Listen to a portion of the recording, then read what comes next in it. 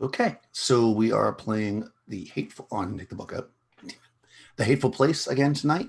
This is a kind of a well, it can take place in many different settings, but essentially it's always the same, which is that the world has kind of gone to shit, and you guys are dealing with it. Essentially, you all about a week or so ago were having a good old time being pirates down in the warm waters, and yeah, a dense fog, a bit of a darkness took the land, and hmm, things started changing. Uh, you got on your boat or back on your boat if you had been on the shore, and with a captain you've been with for a while, decided to try to get out of Dodge. Essentially, what you found is that the most of the day, about 23 hours of it, there's a bit of a darkness that falls. In this case, it's kind of a thick, dense fog. So it's not dark as in nighttime dark, more just like this overall inability to see.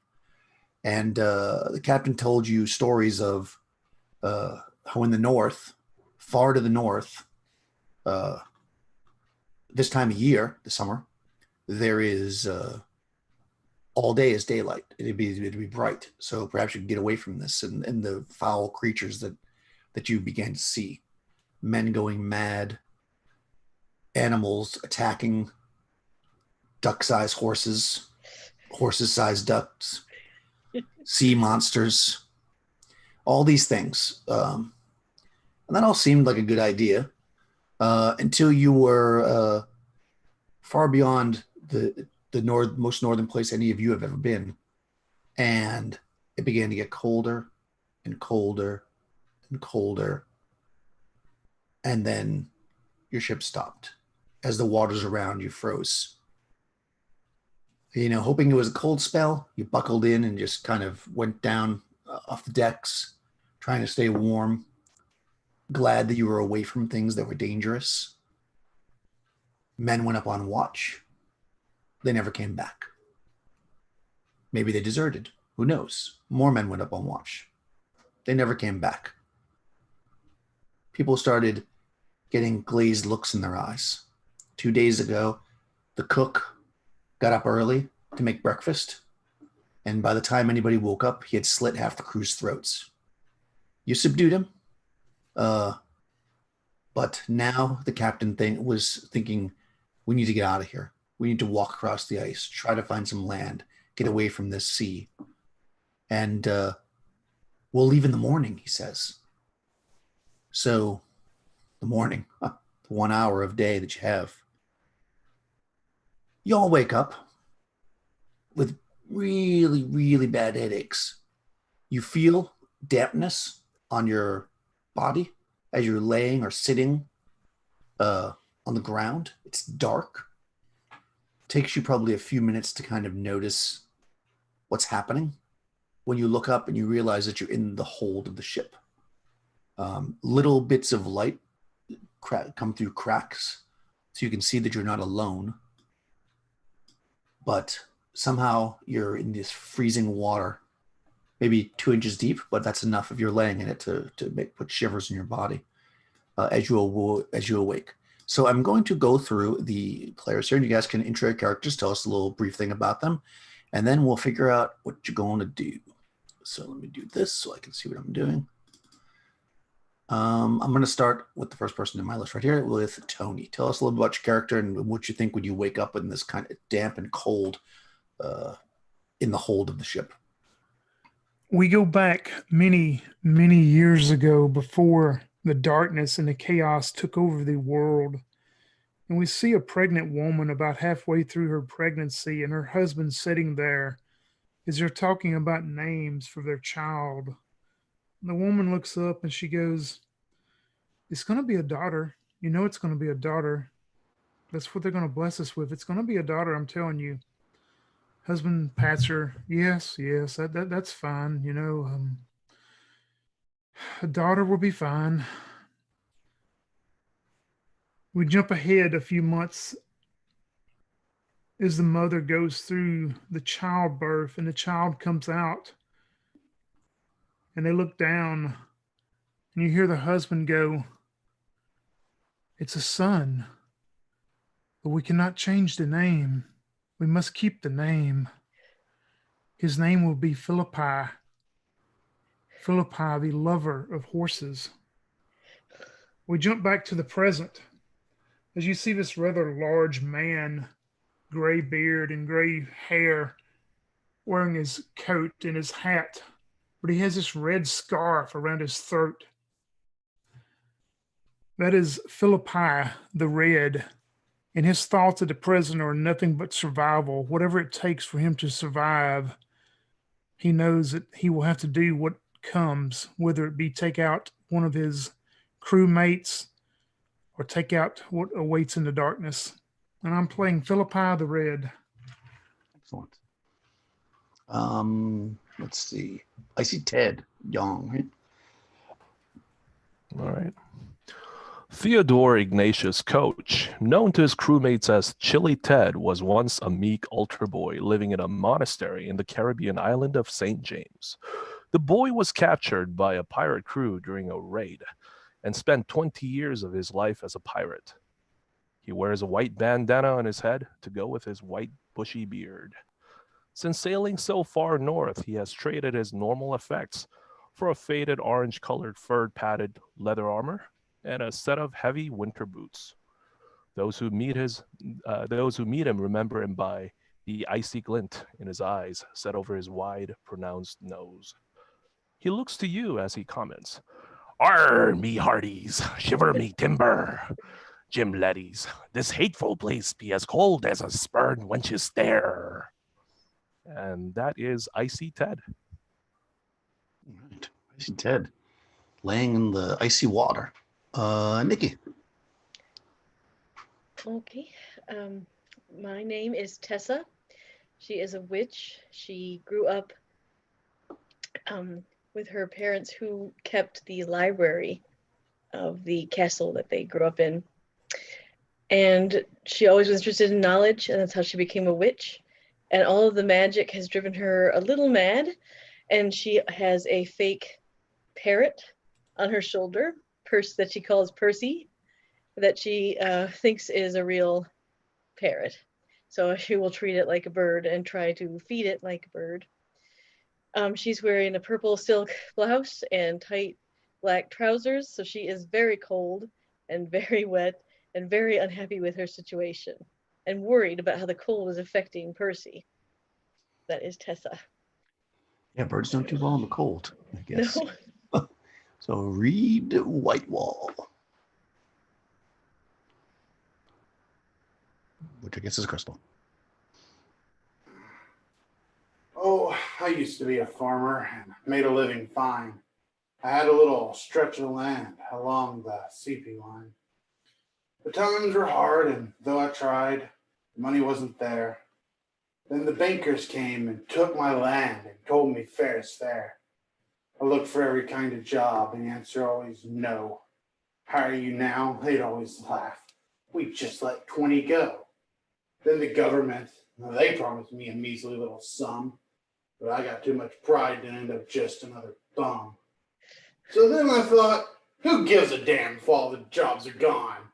I'm gonna be a pirate on the rivers of Sichuan. That is Reed Whitewall. Oh, a bard. And finally, Kenneth. My name is Riv. I've been a pirate all my life. I was given to the pirates as a child. I'm the third child from my parents. My eldest brother was given the family name and the estate. My second brother was sent off to magician school, so I got given to the pirates. Anyway, I am Riv. I am always carrying a bottle of rum, and piracy is the only life for me. Excellent. Excellent. Okay, so so you guys are all kind of, maybe you speak out and ask who's there, and you kind of have a feel of who's in here with you. You do notice 3 other bodies, which are quite cold. Probably they didn't survive the night laying in the water. as you're here. Just mechanically, you're basically just have your clothes right now. Anything else that you're going to have for equipment is on the ship. You'll have to get it when you get out of here. Unless you can think of some way that you had it hidden where somebody wouldn't take it from you. So yeah, any ideas what you guys want to do as you're sitting here in the boat? You can, as you kind of wait in silence for a few seconds, you can hear the water coming in. You know that the boat is cracking and will likely sink at some point. And of course, being at the bottom, you'll be the first ones to go under. We gotta get out of here now, lads. We ain't got no time to think about it. Grab what you can and let's go. Agreed. We must get out of here. I am in no hurry to join the Davy Jones's locker. I think it's Davy Jones, but okay. Yeah, he moves. Yeah, Yes, I'll grab my stuff and go and make sure I have Percy. Yes, you'll reach up and your parrot is surprisingly still alive. You push for the to push the hatch open, and there seems to be a large weight on it. I can't get the hatch open. Get out of the way. I'll push it open. All right. If you want to push open, you can make a body check.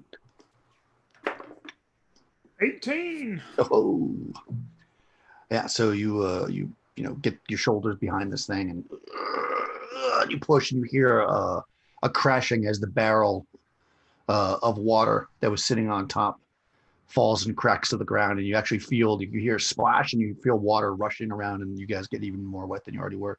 But you're free from the hold. Kind of looking around, you can see that there's the trapdoor that's in the ceiling that you normally would climb up set a rope to get to, or not a rope, like a rope ladder, was left open. So it's quite cold in here. Anything in here is a little bit damp and wet, but you can see your bunks and stuff are there. It looks like whoever left you there didn't take everything from the ship. That's for sure. You kind of do a head count, and there's probably 5 or 6 of you missing from what you can tell, including the captain, who you do not see. I'll be damned. The captain left us to die.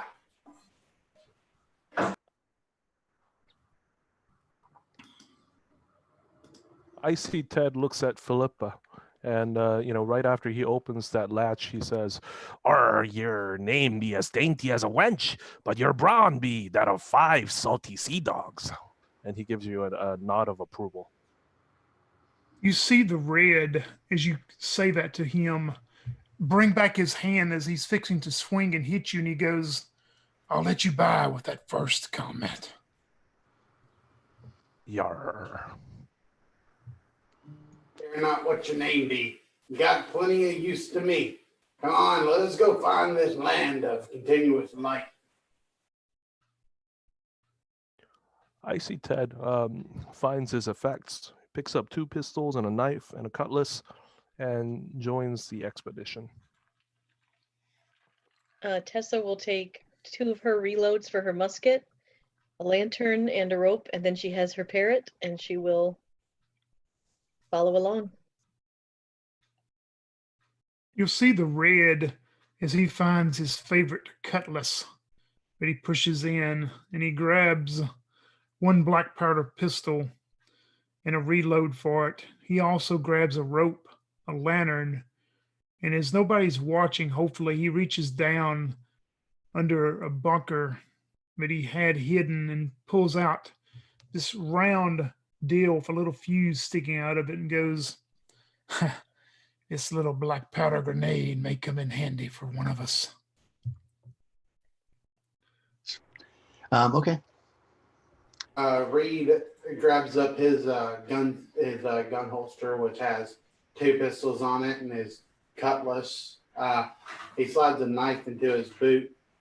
He then grabs as many of the supplies as he can, and he gets a flint and steel, a bottle of rum, some rope, a little bit of tarp, like a canvas tarp, and a compass that it seems the captain left behind. Nice. And Riv has 1 reload to his pistols, a canteen, a blanket, a bottle of rum as well, and some rope. Excellent. Yeah, so you guys, make your way, grabbing your gear, making your way to the top deck. You can see that it's snowed. There's at least an inch or so of snow covering the deck currently. You move to the edge of the ship and look down, and you can see you actually do see footprints of men, man-sized footprints, moving off. You you can see also that the ship, you can see a lot of wet area right around the ship where it looks like the ice is starting to crush into the side of the ship. So you don't suspect that it would be here much longer. So whatever you're taking now is probably what you're going to have. Eddie all of a sudden says, "Arr, I cannot leave with me lockpicks." And he rushes back and grabs a set of lockpicks and grabs his rum as well and comes back. It's like, I be all ready to go. While Young's character is doing that, Reed's going to look at the compass, and are those footprints heading north? They are heading north, actually. All right, yeah. So Reed's going to say, that must be the way the captain went. Let's catch up with him and teach him why he should never betray his crew, aye? Yar. We will get him for this betrayal. Yar. And can we climb down the ship from here? Yeah, it's kind of tilted slightly to the side. It's a little bit of a jump, but you think you shouldn't have too much trouble getting down. Or you could, use a rope or whatever. Shouldn't be a problem.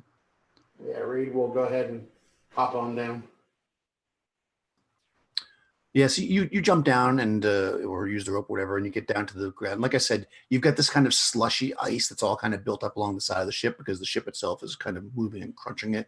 So the water's kind of sloshing up around it. But it feels, you don't feel any...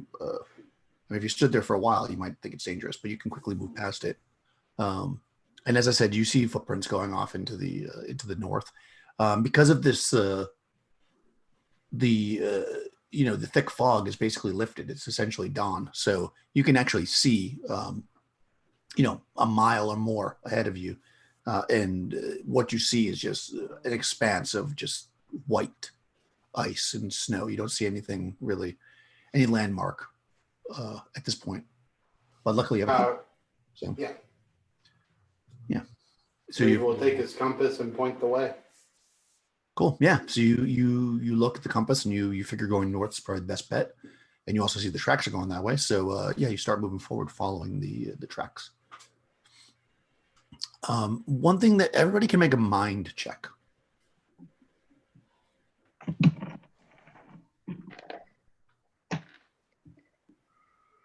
So under 15 is a fail, correct? That's right. You need to beat 15 or better. Okay, he failed. Yeah. I failed. 18. Nice. So you notice that two of these sets of footprints, or two people basically, seem much kind of deeper and have a bit of a drag. So you would be able to surmise that two of these people are carrying something large between them. The other sets of footprints, there's sets of tracks look kind of normal, for whatever normal tracks would be. Those two there must have been carrying the booty.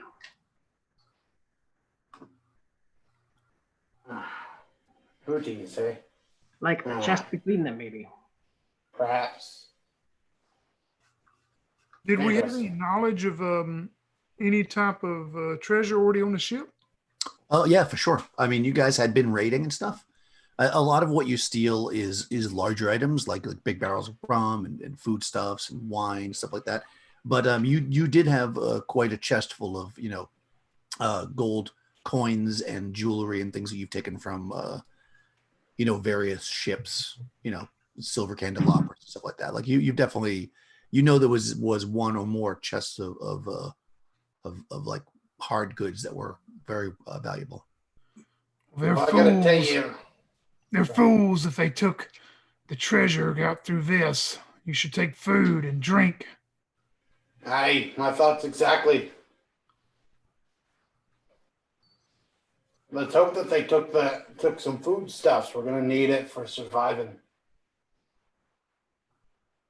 Why would they leave us behind? I'll leave you behind if you get in my way. Those briny, salty sea dogs. They wanted the booty for themselves. Or they wanted the rest of the food for themselves. Well, we will show them, won't we, Percy? And I kind of stroke the parrot. Okay, yeah. So you guys, you're having this conversation and moving on. I mean, you can move at a pretty steady clip. You're not carrying that much stuff, so you're able to walk. You're not really maybe used to such cold weather. But you whatever heavy stuff you possibly had, maybe some extra blankets or something wrapped them around yourself. So you're doing okay, especially while you're moving. But soon you realize that you've been traveling, somewhere around an hour, and you can actually see out on the horizons the fog starting to start to move in on you. This kind of dense fog that brings on kind of a night. And you can see it's coming at you. And as you do, you actually start to hear kind of a wailing howl off in the distance. And as you just kind of go to listen, like everybody seems to think it's coming from a different direction. Like somebody's like, oh, it's over here. And then no, it's over here. So it's unclear. Nobody hears it in such a way that it feels like it's all around you. Everybody feels like it's coming from one direction, but which direction, it's hard to tell because everybody has a different opinion on that. It's obviously sirens must be trying to lure us off the path. You see Ted point in one direction and he says, "Avast, me mateys. Avast, there be monsters yonder." I point in the opposite direction. No, I think they're coming from the other way. Tessa, me good wench, there be many wenches that would take me teeth for calling her a witch, but ye be different. But let me tell ye that this be the right way. Wherever the sirens be, I be not going in that direction. North is to this direction. That's where I be headed. If you want to go follow off after monsters, be my guest. And Reed is going to continue to head north. I be following the man with a compass, I do. So, in fact, Reed, you hear them coming from the north. Well, I got to head to the north anyway. I'm not going to let anyone know that I hear them coming from the north. Yeah, no, I rolled randomly. Yeah, that's fine. And actually, I was like, I'll roll an 8-sider and one will be north and I'll go around in a circle, and I literally rolled a 1. So yeah, so you're like, no, I'm going to go to the north. Not near the monsters. And you look at the compass, you're like, oh. Well, I got to go that way anyway. Better keep my pistol ready. Well, nobody else feels like it's coming from the north. So if you're trying to avoid them, you guys probably aren't that worried about it. As you continue to move through, not more than 10, 15 minutes go by, and you're already in this like fog. It's like a thin fog right now, so you can still see out in front of you pretty far, reasonably far. But you can definitely feel it kind of coming up around you. And the air is getting heavy and maybe a little bit harder to breathe in a sense, or maybe that's psychological. Who knows? Are me toes be hurting? I see Ted. Funny that you said that. You're kind of like stamping your feet because they're starting to get a little cold, and you can see that actually where you're standing is clearly on ice, which you figured. And because you kind of stamp your foot, kind of the snow spreads out a bit. You can actually see through the ice, and you see. Hold on, I'll privately message you.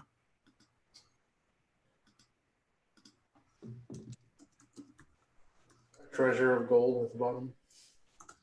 Right? There be dragons. Yeah.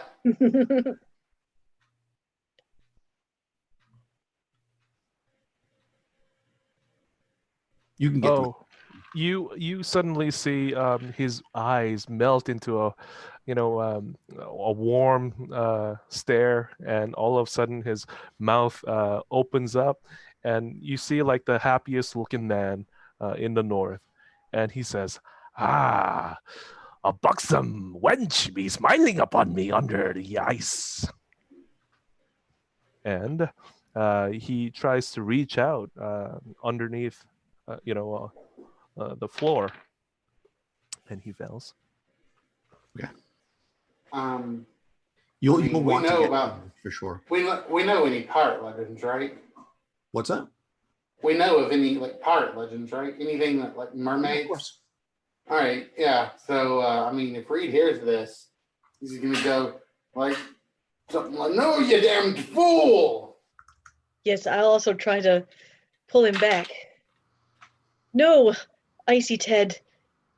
They're trying to trick you. Arr, let me go. There be a pretty looking wench smiling at me under the ice. Arr, let me go. He tries to free himself of you two.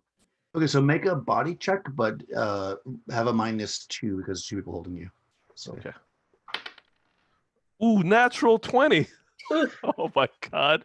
as he did, pushes you off with strength you've never seen. And then what do you want to do? Leave the damn fool to his death, then. He's flat on the ice, trying to pound it and saying, "Come on out, yay, pretty looking wench!" And then he's like pounding on the ice and trying to break it so that he could reach her. Are you down on your hands and knees? Yeah, he is now. Can I walk up there and kick him in the face and kick him down? Yeah. No bonuses? No, yeah. I mean, he's not paying attention. You get a bonus. Why not? Oh my gosh. A nat 1. Oh no. So at this point, he's cracked the ice a tiny bit, which you guys probably didn't notice. So it's like wet around the area. So when you move up to go there, it's super slippery. So you can describe kind of what happens to make you. Yeah, I go up there, I'm going to kick him in the head to knock the senses back into him. And as the red walks up and he brings his boot back to really just give him a good mule kick, his other foot slips out and he starts falling back and he goes, "Catch me! Somebody catch me!" as he falls back on his butt. Yeah, so you hit the ground. Make a just make a d20 roll, Tony. 4. Okay. You hit the ground and the ice goes and it shatters. Basically, now everybody is on this kind of cracking ice. So you're not in it, but you're kind of like this piece is starting to crack, and you can see you're actually probably you can make another mind roll if you want to try to break the spell of the mermaid. Oh man, I rolled 9. Yeah, so you don't care about that. You're happy. Yeah. He's like, "Arr, ice be cracking." I'd be one step closer to that pretty buxom wench. Yeah, and she's like, trying to get you to come in. Maybe she's pushing herself against him. Do any of the rest of us see what he sees, or are we just oblivious? Do you want to? Well, you'd have to be right where he is. If you want to move up to him, you can look in. Oh, not if the ice is cracking. I don't think she would know. You sure? I think yeah. Yeah, you guys are all basically on a spider web of cracked ice right now. So what does everybody want to do? I think Riv's gonna grab Ted's by the foot or by the leg and say, "Ted, me hearty, we must get out of here," and kind of try and pull him away. Okay, you can do that. Make a body roll to grab him. 12? No. So you grab him. He's like, yeah, he's too wily for you, or maybe you just can't get close enough. You start to move closer and you hear the ice crack, and you're just like, eh. Reed's gonna grab his rope and he's gonna toss it out over to Philippi, and he's gonna say, "Philippi, grab the rope." Oh yeah, if you're on a safer part of the ice, Philippi doesn't care what happens to Icy Ted at this point, so he jumps back up and let him go to his own death. I'm coming, and he'll grab the rope and start jumping over to where Reed is. Perfect. You guys can go ahead and do a body check, Tony, but +2 because Reed's helping. 17 then. I had a 15, so +2. Yeah, so you're able to, with the help of your friend, kind of do like a hop skip over the broken part. You like the ice is literally like cracking as you're moving. but you get to to the edge of it where it's not splitting anymore. So actually, at that same time, you might as well make a roll too, Crystal, because you're Reed. Sorry, because you're body roll. Yeah, make a body roll. 13 felt. Okay, yeah. So you help your friend by pulling, but that extra pressure has now cracked the ice very severely around you, and like your feet are starting to get damp. But at this point, Philippa is actually on the non-broken ice with a rope in your hand. Well, Can I pull Reed over to where I'm at then? Yeah, you can do that. I think that would just be done. That seems like easy enough to do. Just make a body roll, Reed, just to see if the ice shatters behind you, because it'll affect other people. Nat 20, so Reed is like a cat this time. Reflexes. Yeah, being extra careful now. You are able to leap off without any trouble. So you guys are both kind of off in a safe area. How about everybody else? Yeah, I've kind of backed away from Icy Ted as much as I'd like to try to help him. Not much you can do when the ice is cracking, so I'm kind of... Okay. Do you want to try to get past an area where you're not in a cracked area anymore? Yes. Okay, so you can make a body check. Okay. Ooh, no, 3. All right. So you're backing away slowly, and just the ice kind of like goes, and you fall and you splash on the ground. You're wet now, and you're almost on like a little island of ice where like it's all cracked around you currently. Throw the rope over there, Reed. Let's pull her across. Aye, and Reed does, so he gets his rope and tosses it over there. Okay, so you can make another body check, this time with the +3. Okay. Oh, nat 20. All right. This time, again, you're careful. you maybe you stay flat, and they just like pull you, so you're like wide, so you don't crack the ice anymore. Yep. And you're pulled off into safety. And I will say, many thanks, many thanks. That crazy fool was about to kill us all. We'll just leave him to his own death. You hear him like raving about, me buxom wench, or I be sailing the ocean blue for 2 decades to find ye, me lovely wench. And then he's continuing to pound the ice. It's fine. Go ahead and Riv, what do you want to do? Having been kicked off by Ted, I'm just gonna skitter away from him after that. Okay. You want to try to get to some safer ice. You want to try to get into a safe spot? Yes. Okay, go ahead and make a body check. Yeah, we'll throw him a rope too if we can. 13. Okay, well, yeah, that's fine. You would have thrown the rope. That's fine. You make the body check. Okay, so here you go, Young. Last chance. Okay. Make a mind check. Come on. Oh no, he dies. I roll 5. Okay. Yeah, you're still smashing your way through. I mean, actually, there's still one more round before you go through, so go ahead and make one more mind check. Are you guys going to wait around to see what happens to him, or are you just going to leave him? I mean, we tried helping. Yeah, Red would just turn around and walk off. Oh my God. Okay, I rolled 15. Okay. Yeah. So they start to walk away, and they're probably like, I mean, they're only walking like a minute or so you can still hear their footsteps, but they're fading in the ice. And you kind of look, you finally split the ice open, and you look, and there's no lady there. And then you look up, and the spell's broken, and you see your friends. So make a body check to get across the ice. Oh man, by yourself now. All right.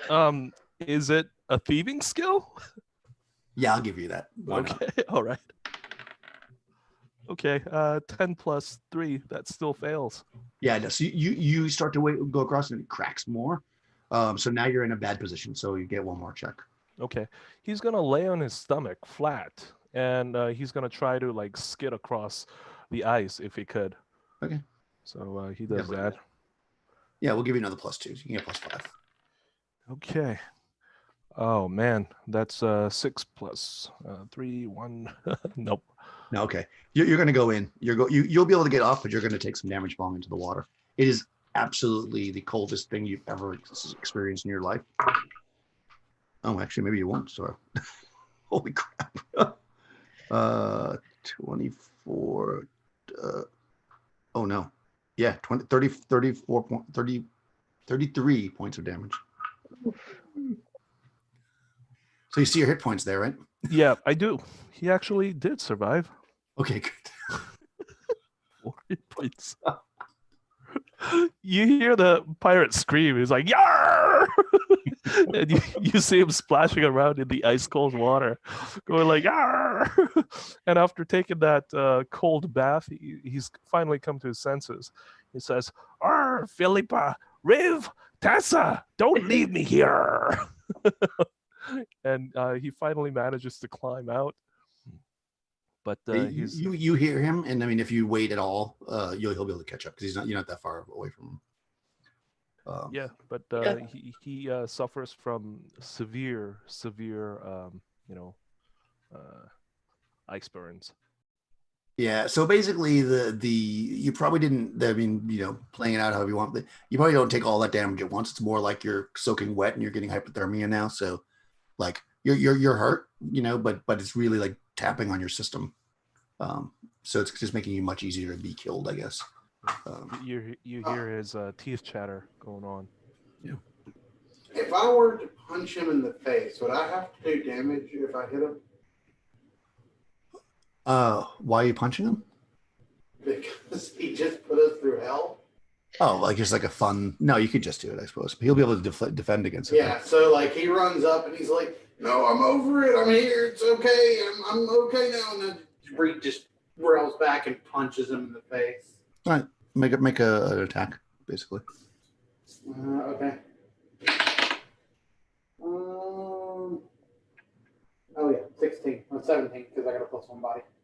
Okay, yeah. So that would hit. Go ahead. I'm sorry, Icy Ted, and make a defense roll. So make your. That's 17. Yeah, so you come up with a really good punch, but Icy Ted's had enough, so he dodges it. or blocks, however you want to play that. Yeah, it's ineffectual. And now you're kind of all standing there. I'm imagining based on his previous attitude, Philippe was walking away, and you guys are having a little. The red looks back and says, "You stay in the back of the party now, Ted. Don't you come up front. If you freeze to death back there, we'll never know it and really don't give a damn." He's like, "Yarr. But I be warning ye. Look down around, and there be some foul demon sorcery be all about her. Brr." Indeed. We'll have to guard against that, for sure. Riv's gonna hand his bottle of rum to Ted so he can take a swig. Me thanks be unto ye. And he, takes that and he says, "Thanks for sharing some of your grog, me hearty Riv. Me bowls be as icy as me name." In classic pirate trope, I'll say that'll work like a healing. You can have 4d10. There's like a heal. Cool. Yep, roll 4d10 for healing for your, but you've drunk all his wine or his rum. Wow. Well, I got my wine, rum too. So let's see, 6, 9, 8. What is that? It's a lot of math here. Okay. 26. Oh yeah, that gives you the boost that you need. Nice. This does not mean that all rum will be healing potions. It's just in the course of falling in the water and drinking rum makes sense. So I know you're all about to be like, "I took rum." No, I had that on my sheet. No, I'm just kidding. Yeah, so you drink it and you feel much better. I mean, you're definitely feeling better from that. That was the captain's special reserve. Exactly. Me thanks, me hearty. Me thanks. I could, yes. You guys are moving along. Again, now visibility is very low. Like if you're walking, I don't know, in a straight, let's say in a single file. If you were walking that way, you can maybe see the person in front of you, and then a little bit beyond, like maybe 2 people. So your visibility now is like 6 or 7 feet. So you're probably walking fairly close together, I imagine. Mm-hmm. As you trudge your way through the snow. I mean, using the compass, you're able to keep your direction to the north. And move forward through the fog. Yep. Reed would like to take out his rope again and say, "Everyone, hold on, so we don't get lost," and just basically pass his rope out so everyone can, keep the line. Nice. You and Red will look back towards Riv and go, if Ted starts giving resistance, just cut him loose. Will do. You hear Ted grumbling. He's like, "Nar." As you guys are traveling, it's very, very quiet. You hear that crunch, as you're walking through the snow, which is kind of iced over a bit now. And it doesn't echo per se, but it's so quiet out that every noise is amplified. And maybe your nerves are on edge a bit. Who knows from all that's happened. And you hear, who's in the front? I think Reed, huh? And I'm behind Reed. Okay. Yeah, I mean, Reed has the compass, so Reed is leading the way and, pulling the rope to, lead everyone. So Reed, you guys are walking and, you hear just that. And then maybe you stop to check the compass. So like the sound stops for a second. And then all of a sudden you hear, you kind of look around and you're like, it didn't sound like it's coming from behind you anymore. And you think somewhere off, either kind of to the front of you, but maybe to one side, you hear something walking through the snow, but you can't quite see it. If you want to try to target it more, you can make a mind check.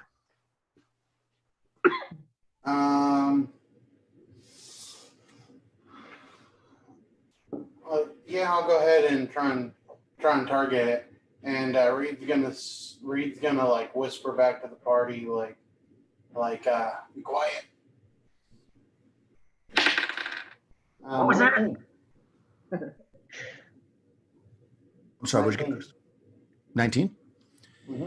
Yeah, you listen, like maybe you turn to talk to the red that's behind you, he's next in line, and you say, shh, I hear something. And as you're looking, you're almost looking directly at the direction that sound's coming from. So it's kind of not quite, it's more or less parallel to the party's path to the right. I mean, with the 19, you sense that this thing is like, whatever it was is very close, like probably within like just out of sight. Like it's probably like 10, 15 feet away at the most. All right. Reed's gonna close his compass and slide it back into his pocket, and then he's slowly gonna draw his pistol. And I mean, like if Philippa is close enough to me, like Reed's gonna make sure that he kind of make sure Philippa sees that he's grabbing his gun, and he's gonna start aiming it towards that direction and keeping his thumb on the hammer, just ready to pull it back. He doesn't quite pull it back yet because he knows it'll make a click, and he's not ready for that yet. Okay, so Philippi the Red, you see, your companion turn to start to say something to you, then stops and draws pistol.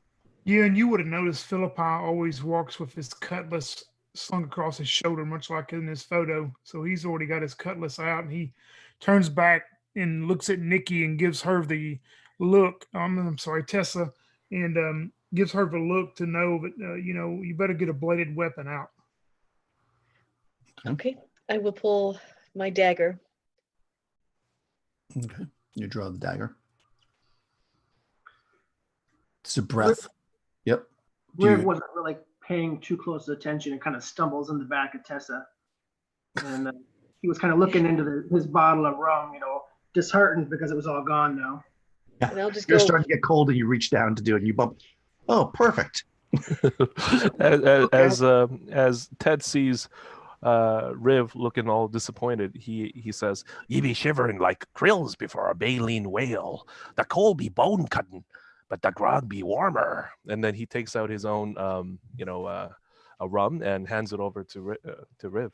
Yeah. So there's like a dead silence where you could just like hear your heartbeat at the front, and then all of a sudden you hear "Shiver me timbers," blah blah blah. Go ahead and roll. While I see Ted is talking, Reed takes that opportunity cock his hammer. Okay. Yeah, why not? It's like a booming sound in the dead of silence. Go ahead and roll initiative, Crystal. D6.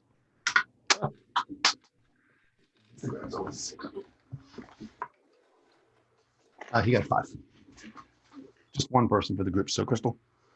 I also got a 5. Okay. Simultaneous initiative has a 1 in 6 chance of drawing another creature, so I'll roll that. Nope. Okay, so roll another initiative. 5 again. 1. 1. Okay. Out of the snow, though charging towards the back, because that's where the sound came from.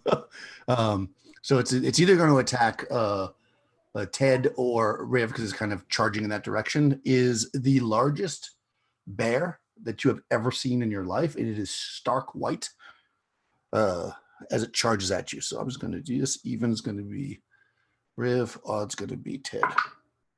Even. Oh, Riv. See, that's the for being this. You should have let Ted die, basically, is the question. Hey, I'm the bumbling fool looking at his rum, so. Yeah, exactly. And then this creature comes charging out. It's a large bear. It's like, huge jaws. It tries to bite. Oh, my God. And it rolls a 20. Okay, the bear bites into you. Let's see. We did determine that what did we determine that the 20 does not for 8d10 damage? 8d10, but not for monsters though, only for PCs. So we will do that rule. That's a house rule that we're adding. So the natural 20 does do double damage. Well, 8d10, but only for you guys, not for monsters. Because that would be just crazy. Oh my God. You take 28 points of damage as the thing bites into you. Is it 28? Yep. I'm still alive. So it bites. Actually, if you're still alive, it probably hit you with a claw. So it rears up. Nah, it bites you. Why not? I said bite. Yeah, you're looking at your rum, and like it just comes down and just like you're looking at your bottle like this. It comes up and just literally bites your arm off at the elbow, and blood is just gushing out as you're missing part of your arm now. And then now we're in initiative. You guys can go in any order you want, but I assume since you're being attacked that you should go first. So, what you want to do, Riv? Well, I'm probably going to be in shock with my arm having been ripped off, right? So. Well, you will be soon. Yeah. For a couple of minutes, you're not. I will quickly pull my hand axe to try and defend myself. Okay. Take a quick swing. And I rolled a 3, so. Nope, that is not a successful attack against the giant, fearsome bear. I see Ted.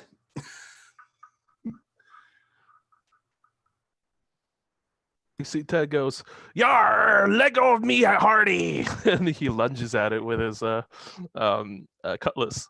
Right. Come on, okay, 15. That's got hits. All right. 4d10 damage. Brother. Oh, 10, 17, 26, 27. 27. Nice. It's a good strong cut. You cut into this thing, and you realize as you slice into the side of it with your cutlass that you like cut a chunk out of its side, and you think that like guts and stuff would pour out. But as you look, you can actually see that further down on its body, there's another huge gash in it, and there's already like guts pouring out of it. But they look frozen, like they've been out for a while. Yeah. And Tessa, I'm just going in order, the closest to the bear to the furthest. I see it attack Riv, and I yell, "Get away from my bird!" And I will try to stab it in the eye. All right. As it bites down on Riv, I'll try to dagger it. That is 15. Aha. All right, you stab it in the eye.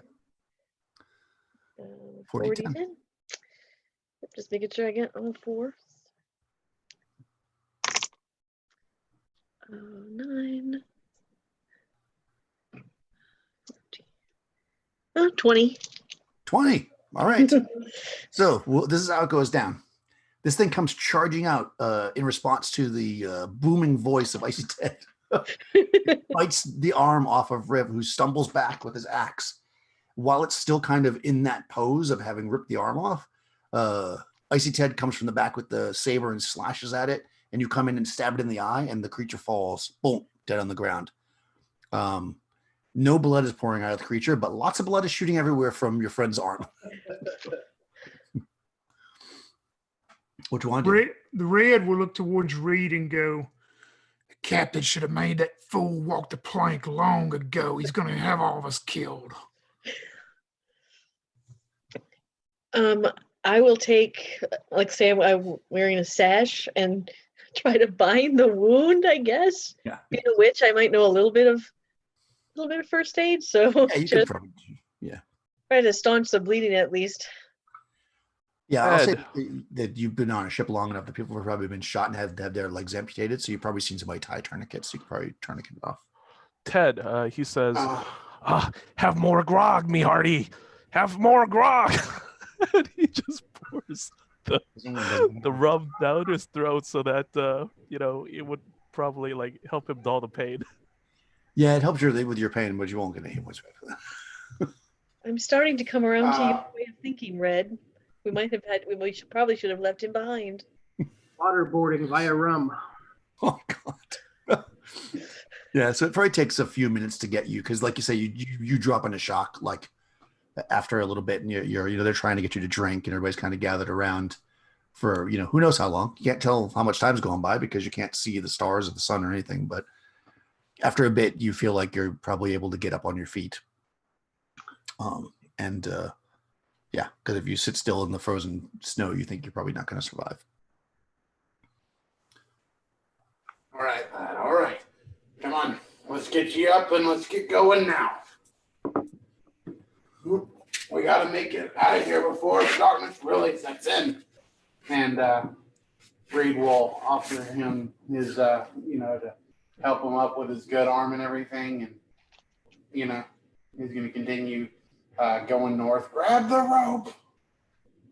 Yeah, you don't want your arm, right? It's just there with the monster. No, that's a plan. Right. Actually, and Reed's going to say, someone grab that empty bottle. We might need it. That's true. That was an empty bottle. you grab the empty bottle. It's a hand on it. You got to pry it loose. But yeah, you get the empty bottle. Yeah, that's useful. And Riv will grab the rope with his remaining good hand. All right. You're probably thinking to yourself, man, I heard stories of pirates missing a part of their leg to get peg leg, but I guess this would be the hook, right? This is how you get a hook. Yep. Yeah. All right, cool.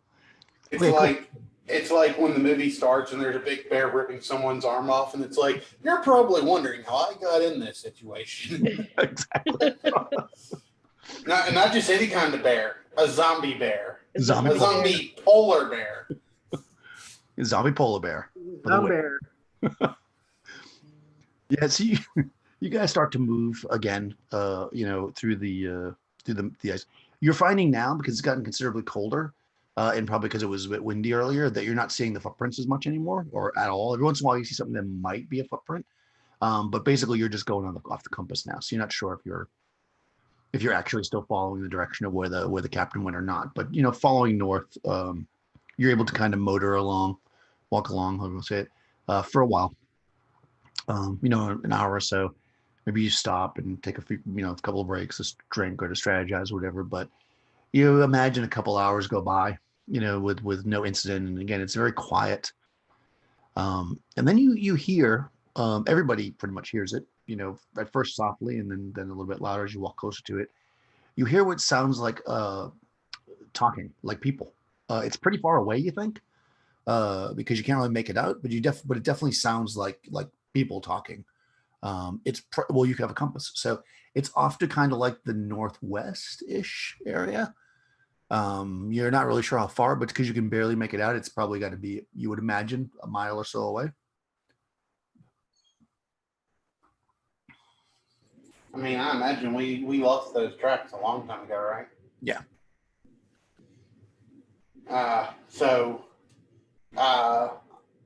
Reed will look out to Philippi, kind of tap him on the chest and put his hand up to his ear, and then kind of point in the direction that he's hearing voices, And he kind of waits to see what Philippi wants to do. Well, let's go that way if we can keep Ted. If I had a needle and thread, I'd sew his mouth shut. Yeah, Reed's gonna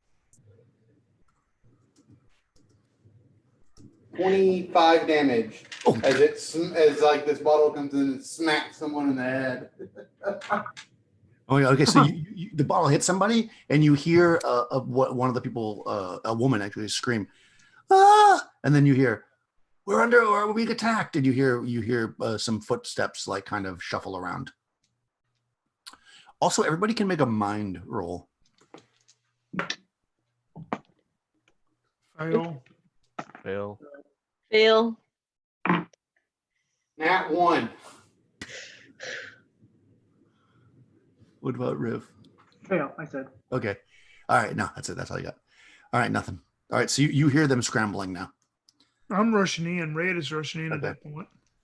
Okay. Charge forward. All right. So what we'll do is make a mind check to see how close you get to the thing before you see it. So basically, this is just like a. Never fail. Okay, yeah. So you're gonna get within like melee distance, so within 5 feet. You're running forward, and you see kind of erupt out of the fog in front of you. What looks at first like a giant wooden wall, and then you realize it's the side of a boat. It's also stuck in the ice, or like yours. So you kind of run right up to it. And you see it right in front of you, and you maybe look up, and you see a musket pointed down at you. And I guess everybody was running forward. So go ahead and roll initiative, Tony, since you're directly engaged here. 2. I had a 2 also. Monster. Hold on. Let's see. No monster. Okay. Roll again. 3. 3. I also got a 3. Oh my gosh. No monster. Okay. Roll again. I had a 1. 6. All right. All right, you stop and look up, and this person empties their musket down at you. Oh, wonderful. Yeah, exactly how you want to start the day. They miss though, so you come up and you stepped aside, or their aim is off, and you guys see this musket go off, and it blows a hole in the ice right next to you, but misses. Go ahead, since you're there, you can shoot first. Oh, I've got my cutlass. I'm just going to reach up and just try to slice her throat. Okay, you want to reach out, shoot up at it? Yeah, I'll say you can reach him. That will be a miss. Okay. Yes, he leans over. Maybe that's why he misses. So you swing the cutlass as he fires. He goes, and he shoots it to the ground, and he kind of pulls himself back over the edge. So everybody else kind of sees this. There's actually 2 people up there. So there's one other person with the musket, but they don't fire immediately because they don't see you. So if anybody wants to go and do something. Can I shoot at them? Can we see them? Yeah, you can. You run up because as soon as you fired the musket, I mean, you could see them because like it's bright. So okay, go ahead, Tess. Only Tony's character sees the other one because you're the one close enough, but you both see the musket guy. Then I'll sheathe my dagger, pull my musket, and try to shoot at him. Okay, yeah, you can do it. Okay. 15. Well, that hits. He can't see you. You're in you're literally in the fog, so he's not going to dodge it. We determined that even though it says you can't dodge, it's the rule book's a little bit. At one point it says you can't dodge bullets, and it shows an example of dodging bullets. So I think in certain situations I'll allow for it, depending on what's going on. But in this case, why am I rolling? You roll damage. I rolled 19. 19. Okay. Yeah, you blast this guy, and then he kind of stumbles backwards. Okay. Okay. Did anybody else want to shoot Crystal? Right, your character. Well, can they see us right now? Well, they can now just see that musket shot went off. Yeah. I mean, you don't think so, because all you really saw was like the musket go off, and you can kind of see the guy moving in the fog. So right, this is what I'm going to do. I think it might be a mind check. What Reed wants to do is he wants to go. Drop your weapons and give up. Ye be surrounded by a gang of pirates. Nice. And I'm going to try to intimidate them into giving up. As he does so, Icy Ted chimes in to support. He says, "Are ye wise to be crossing swords with a briny sea dog? If life be a thing of value, raise your hand and surrender." Nice. Okay, good. That's very nice. Yeah, you hear a voice say, We don't want to fight. We're just trying to survive out here. We don't have much, but we're willing to share what we have. But please don't take it all. The guy that shot at me, I'm gonna try to slice his throat again. He don't shoot at me. Okay. Well, he went like behind the side. You can like grab the rail and jump up and do it if you want. Like, Oh yeah, I want to jump up and try to slice at him again. good. 17. Okay. Let's see. 8, 9, 15, 20. Okay. I'm gonna say that's enough. Yeah. So you see the guy standing there. He's like got his musket that he just fired, and you see that he's like kind of kneeling down, and getting out his like powder horn or whatever to try to reload it. And you jump up, and he looks up, and as he does, you. And are you staying up there, or are you just gonna drop back Yeah, down? I'll stay up there and after the other ones have yelled out what I do, I look at all of them. I go, drop your weapons or I'll slash your throat too.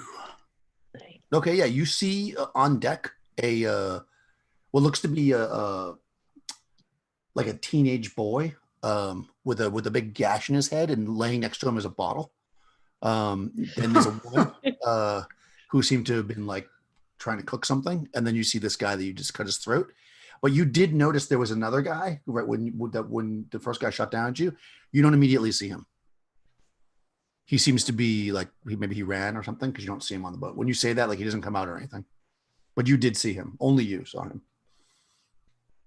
Yeah, But the I'm gonna look at the woman and say, where did your friend go? No, he's not our friend. He came and offered to help. We're trying to just to you. And she starts. You killed my husband, and she starts weeping. Where did he go? Which way? You killed my husband. I don't know. We're just trying to survive out here in the world. Cool. Oh, hush up. You talk more than Icy Ted does. With that, Reed's going to be making his way to the boat now. Daniel and getting up on board. Yeah, you guys can make your way up to the boat, and you can see that it requires a bit of a jump or whatever, but you definitely can get up onto the boat. Currently, when you kind of crawl up there, you see she's crying right now, kind of hard to understand what she's saying. You don't see the other guy on the boat. Yeah, if Reed's the first one up there, I'll tell Reed we've got somebody that's got a gun, and we need to find him. Oh, is that right?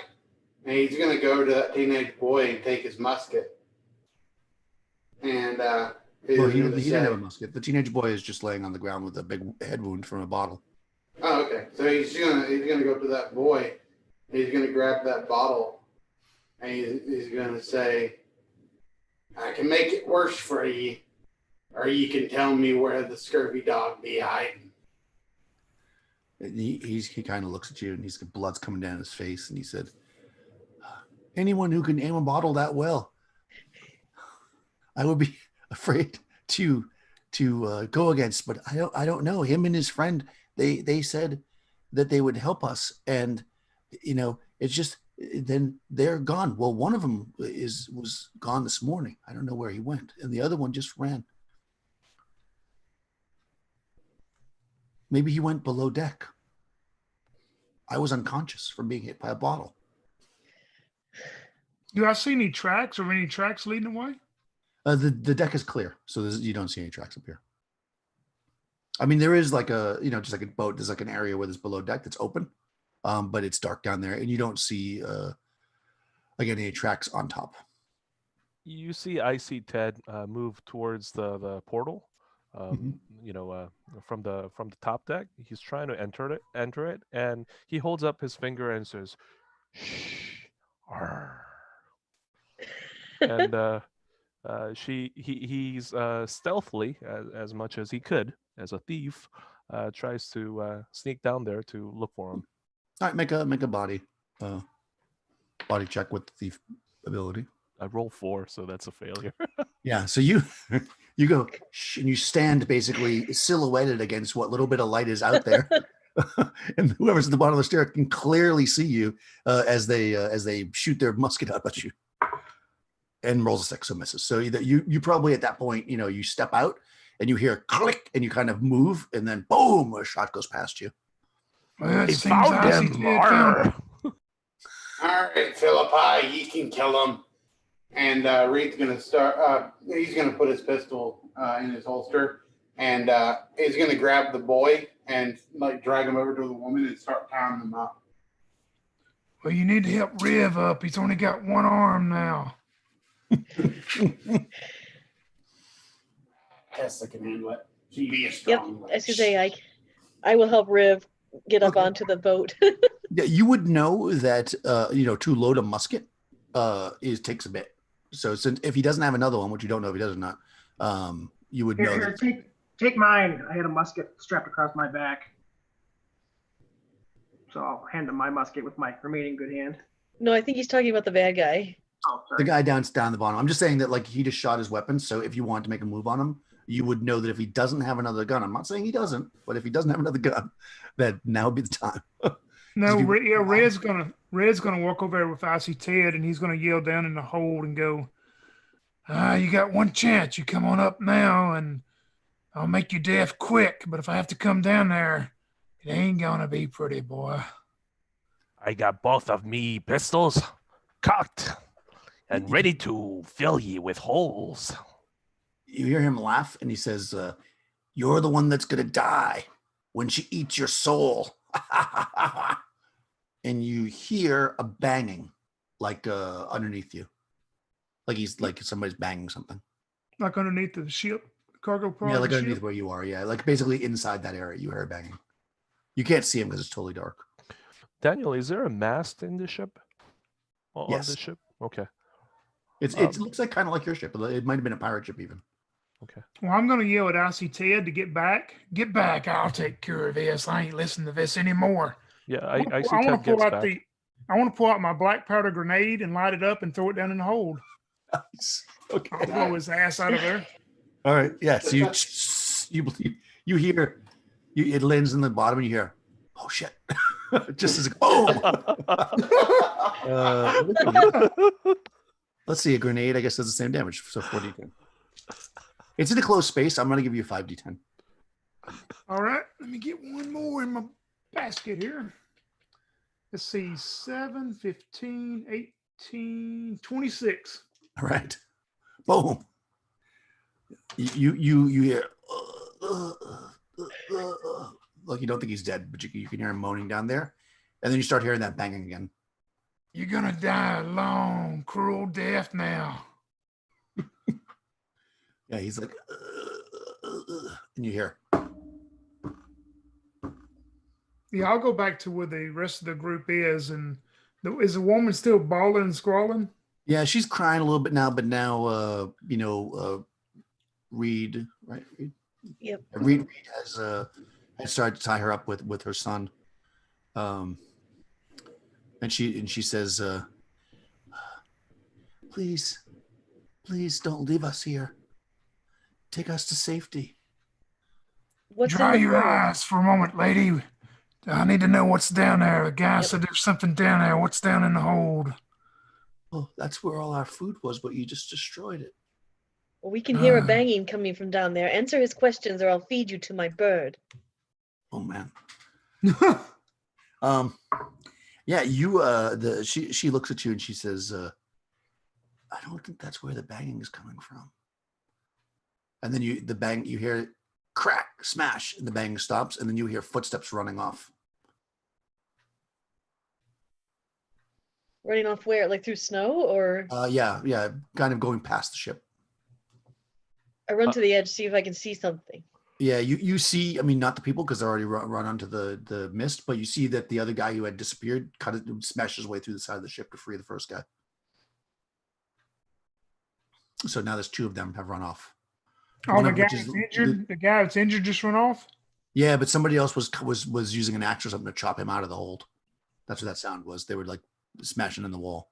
Oh, I'm gonna get his ass. Yeah, you can see actually a blood trail from the guy because you hurt him really bad, obviously, by throwing a grenade down there. So let's go finish this now. Yarr! Agreed. What matter it? Let's take what we can and get out of here. You ain't gotta worry about them. We got somewhere to be. Yes, You fool! You know if you injure an animal, it's gonna track you down. All right, Philip, let's have it your way then. The woman says, "Are you just gonna leave us here?" I don't remember asking you a goddamn thing, and he slaps her. Oh, Ooh. wow. All right, do damage. Oh, really? Okay, I'm not actually trying to. Unless you did it in a way that wouldn't do damage. I mean, I just like backhand her, you know. Okay. Like I'm not trying to kill her. Holy shit! I wish I were trying to kill her. That was 39 damage. Her head explodes. Holy shit! I didn't know that's Superman. Oh my god, that's so funny. So you slap her, and she looks at you, and like a little bit of blood kind of comes out of her mouth, and she says, "I gave you a chance." And then everyone feels very warm for a second as the entire ship is engulfed in flame. See, so how do you even factor this in? What is 5 to 100 hit points of damage? Is that a D20 times 5? Oh shit! Yeah, that's a D20 times 5, right? Yeah. Oh shit! Oh, actually, though, I rolled really low. So 4 times 5 is 20. Everybody takes 20 points of damage as the boat erupts in flames. The little boy dies. Let's see. Riv is dead. Oh no, that guy's gone. Your guy died. You're up in flames. Yep. Anybody else die? Not yet. Oh shit! I forgot. HP is 20 plus your body, right? 20 plus your body's HP. Yeah. Okay, so I'm still up. Yeah. I'm up. Okay. Yeah. So poor missing armed Rip. You hear Icy Ted go, "No, me Hardy." Yeah. So you all feel this like incredible and you can see the ship's actually smoldering and ashy, as is one of your previous friends. How about the woman? What does she look like now? She looks totally fine, and she stands up because the ropes have burnt. The little boy is a charcoal pile, and she looks and she goes, "Humans," and then she just starts walking away. I mean, would we be able to run out of these flames somehow? Yeah, you can run out. I mean, effectively, mechanically, it's only a 1 round damage. So basically, it roasted the boat and it's over. It's like a fireball, basically. Okay. Yeah, Red is going to get back down on. He's going after Blood Trail. That guy's not going to get away from him. Yeah, she jumps down and starts walking the other direction as if she doesn't. You're nothing to her. Yeah, Raid probably jumps down into the snow and starts like rolling around in it. Yeah, I was gonna say stop off. her roll. Yep. All right, so let me give a character to. You see, Icy Ted holding the burnt body of Riv, and he's jumping off the boat, and he's saying, "Had ye live, you'd be known as One-Armed Riv. You'd be the scourge of the 7 seas. I tell ye." You see Tessa jump off the boat after Icy Ted kind of cradling her now completely ashed parrot. And she's like, Percy, and can I still see the woman? Only if you chase her down, because no. the fog, you only have about 5 or 6 feet of visibility. All right, but you want another fighter, Kenneth, or do you want a believer? Your choice. Whatever's on top. All right, I'm going to give you the believer. I'm going to give you the 16-year-old girl believer. She was. You guys would know because you're going to encounter her in a second that she was on the ship with you. I don't feel like typing this off, so I'm just going to tell you, and you can role play it into the group. She knows that the captain basically went mad and took some of them at gunpoint, and she was one of them. But she ran off after they were attacked by some kind of bear. So I will send her to you right now. She is a prophet. Oh, I'm familiar with prophets. Yeah. Last week. Yeah, it's whether or not you all believe it or not, the captain fully believed that this woman was a prophet. Okay, so you jump off the side. I'm sorry. So are you chasing the demon woman? No, No, Red's I not. would- Red's No, chasing no, the guy, but he I'm sorry. wounded. Yeah, no, I know that. I'm sorry. Okay. I should be more specific.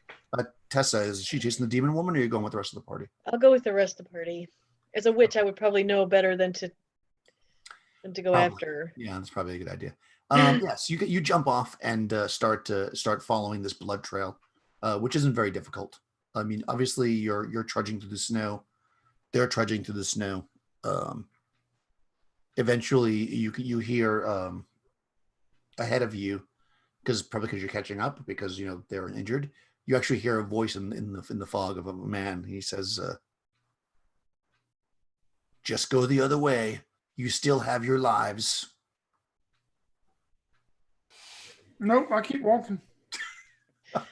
But I don't have my bird, and I keep walking. Okay. Reed pulls out his rum. He grabs the stopper with his mouth and spits it out and goes, it's been one hell of a night. And he just takes a giant swig and he continues to walk forward. Okay. So as you guys break, since this will be, I'm sorry. Go ahead. You hear the shaky voice of Icy Ted as he says, "One arm Riv be no body Riv now." He says,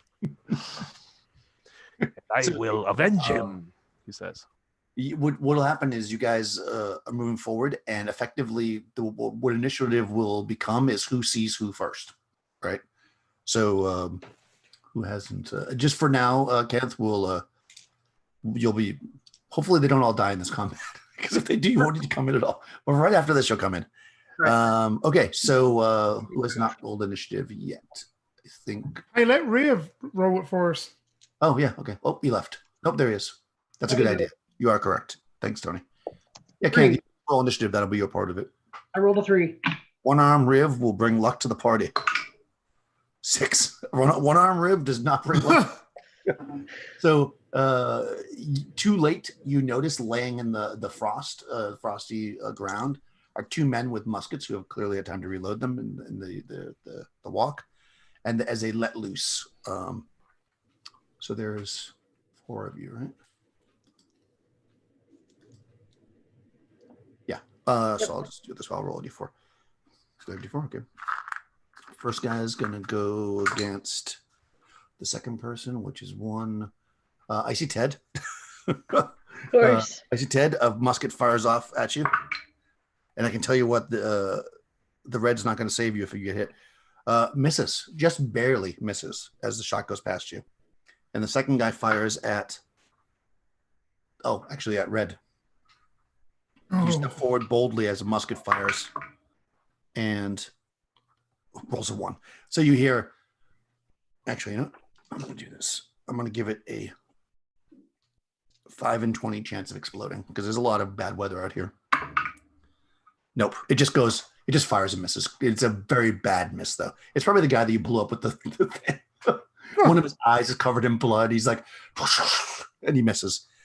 So currently in front of you, within range that you could either run up or shoot, you see 2 guys laying in the snow. Red wants to run up to the one that's injured that he's threw the bomb down on, and he wants to grab that musket from him, and he is going to cave his head in with his own musket. Nice. Since he's laying on the ground, but fairly helpless, I'll give you +2. Oh, come on. Nat 20. Yes. Let's see, 18, 14. There's 17 so far. So let me add up the rest. 27, 33, 41. 41 is more than enough to kill any mortal man. Red doesn't stop. He just bashes the skull in until it's just fragments flying across the snow. That guy completely pissed him off. Yeah, so the skull is being smashed, and I'm gonna run up on the other guy. Okay. Oh, I'm sorry. Did someone else want to go? Reed's gonna. I was just gonna say, Reed's gonna say, if you don't give up, we'll let him have you next. Okay. Icy Ted, since you got shot at, I'll let you go next. Okay, he says, "Yo ho ho ho, pirate's life for me, and landlubber's death for ye, yar." And he misses. Of course he does. And Tessa. Okay, I'm gonna try to run up and stab him with my dagger, and go, "For Percy!" Huh.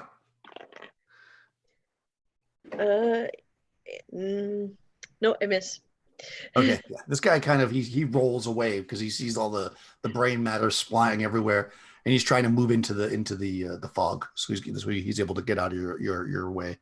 As we go into the next round of initiative. So if Kenneth, you want to roll. What again. about Reed? Did Reed do anything?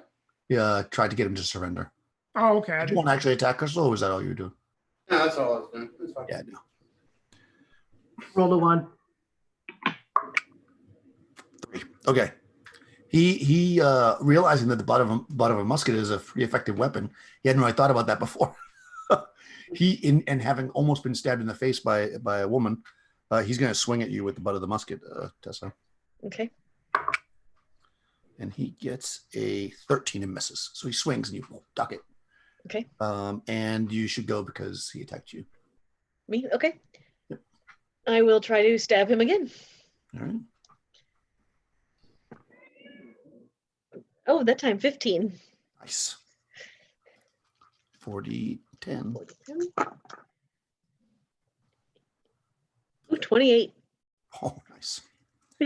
Okay. I'm really mad about my bird. Yeah, you jam the dagger into him, and as he he swings, you duck and kind of into his gut, and he staggers back, bleeding heavily, barely on his feet. You're still smashing that guy's head, right, Tony?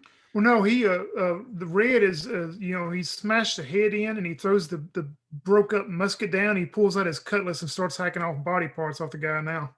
Off the same guy. Yep. Okay. All right. So does Ted or Reed want to attack the guy that's still up? Yeah, Ted is gonna attack. You want to attack first? Go ahead. No, go ahead. Okay. All right. He's gonna stomp on him. Would that do the same damage? It would, but he's not on the ground anymore. He's standing. Okay. But you can hit him with something. Yeah, he's gonna run up there and he's gonna kick real hard from behind. Oh, like from behind in his. Yeah, and I rolled 10, so that's a miss. Yeah, you swing. You hit his buttocks instead. It's not easy to kick somebody in the balls from behind. All right, let's see if I'm gonna hit. I'm gonna use my. Bit. Huh? No, I said it was hard to kick him in the balls because it was actually a lady. So oh, all right. I rolled an 18. Nice. I mean, I assume this guy's about to die, so probably. I'll go ahead and roll my damage anyway. Ah, man. Just because I can. I'll just here. I'll just roll these three and roll another one. On that. You can. Okay, that's 19, 24 damage. Oh yeah, you obliterate him. How do you do that? Yeah. So I walk up and he's like holding his throat, like gasping a bit, from where he's been stabbed at. And I go and I put the gun up next to under his jaw and just kind of hold it there. And I say, it's not nice to hit a lady. And then I cock my hammer back and just pull the trigger. Nice. Blow his brains out. Nice. Ted looks at Tessa and says, "I thought I saw Reed backslap that wench up on the boat." Consistency, not Reed's strong point, Ted. Consistency, not a strong thing. Yarr. She obviously wasn't a lady, was she? Well, that's true. Okay. So, you want to take like a 5-minute break to use the restroom or whatever, and we'll come back and figure it, and then we can introduce the ghost. The ghost of Red. Right. Yes. Perfect. All right. About 5 minutes or so.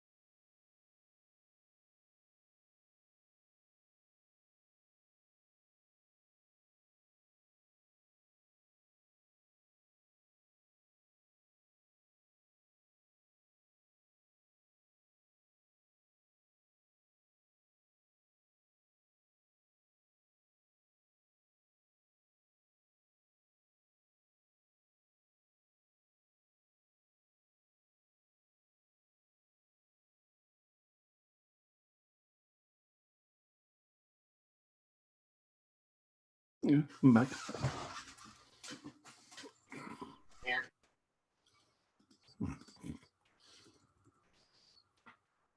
Excellent.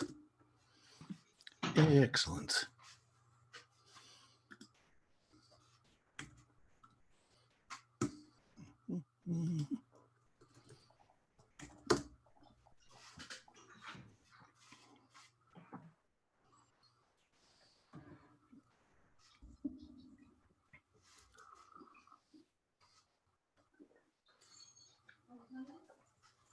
What? Oh. I'm back. Welcome back.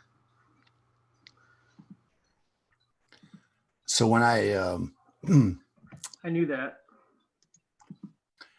when I first, I knew I wanted to do a Alrighty. pirate thing, so I put the thing up originally, but then I was like, oh, I should use the random generator, and I rolled the starting, the random starting thing was freezing to death in a remote location, and then I rolled on the other table too, and I got it literally said like locked in a cellar or something like that. I was like, oh, perfect. Yeah. So that's how this game works. Is everybody back? What about Young? Nope, no Young. Who would have known that Icy Ted would have survived so long? Huh. I think I'm just too nice. Yeah, I was expecting him to die first, and he almost did. Yeah, almost. Red will look at Reed and say, grab an extra musket. We may need it. Yeah. I was going to say, Reed would grab the muskets, and if he can, he'll go ahead and reload his pistol with one of those extras. Yeah. One of the muskets is trashed. Daniel, frozen for anybody else? No, Oh. not me.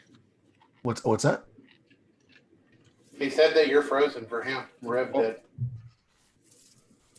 I sometimes don't move very much. Still? I can't hear anybody. No, me. Wow.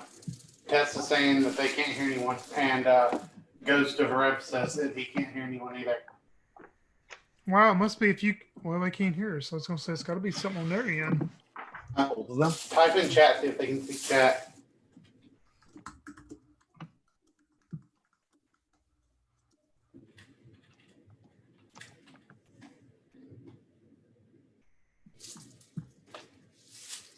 See, I see them fine. Log back in.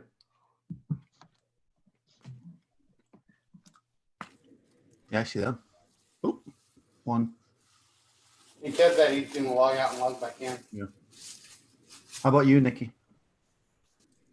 Nope. Nikki said it was the one that first said she can't hear anyone. Oh. Well, all right, Young's 2 more minutes out, but he can hear us. Wow, that's weird. That's the first little hiccup we've ever had. But with both of them, it's got to be something on their end. Oh, and they're both in the same spot, right? So that's, yeah. Actually, if you guys want to make a D20 roll, a mind roll, I guess it would be. Nope. You can make one too, Reed. Crystal. A mind roll. All right. 19. Okay, so you find, actually, surprisingly, you find the, you pick up the musket and you search that body that you give the guy you just killed. He doesn't have any more reloads. But just as a second thought, you go back into the smashed up body and you start looking through his stuff, and he actually does have a reload. So you can actually load that musket up if you want. It's a reload for a musket, so, Oh, okay. Yeah, then that's what I'll do. Yeah. I was going to carry a musket too, but then I was like, I don't know if that would be too much. I didn't want to, You can. It's just what will end up happening is you'll run out of bullets. That's why I limit the bullets instead of the. Sorry about that, guys. I don't know what happened. Yeah, we could hear and hear both of you and see you moving. Yeah. Weird. Yeah. Weird. A little hiccup. Yeah, you get hiccups every once in a while. Like I was doing a live stream today. Well, actually, there was 9 of us in it, and one of the guys had some like the robot. It was only the one person, and it was robot for everybody. So it must have been on that end. Yeah, I had that during one of my games once. Yeah. during that apocalypse game. Okay, Sorry, guys, so but we're back now. Young can hear us, but he's not physically here. But that's fine. I think that's fine. He'll be back in 2 minutes. If you want to intro your character, so I don't know if you want to come walking out of the fog, the ghost of Riv. Running through the fog, you see a 16-year-old female. She's kind of, oh my god, thank God, thank you, people, for being here. The captain kidnapped me, and he's crazy. He's just holding us all captive. Please help us. Yeah.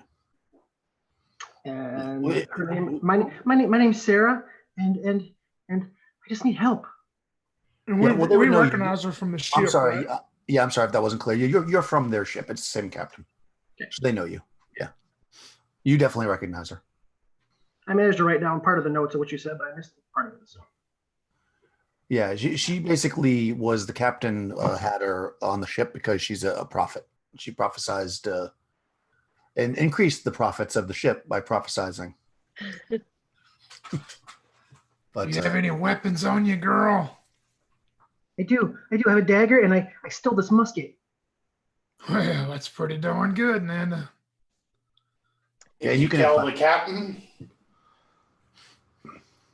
I'm sorry, what? Did you kill the captain?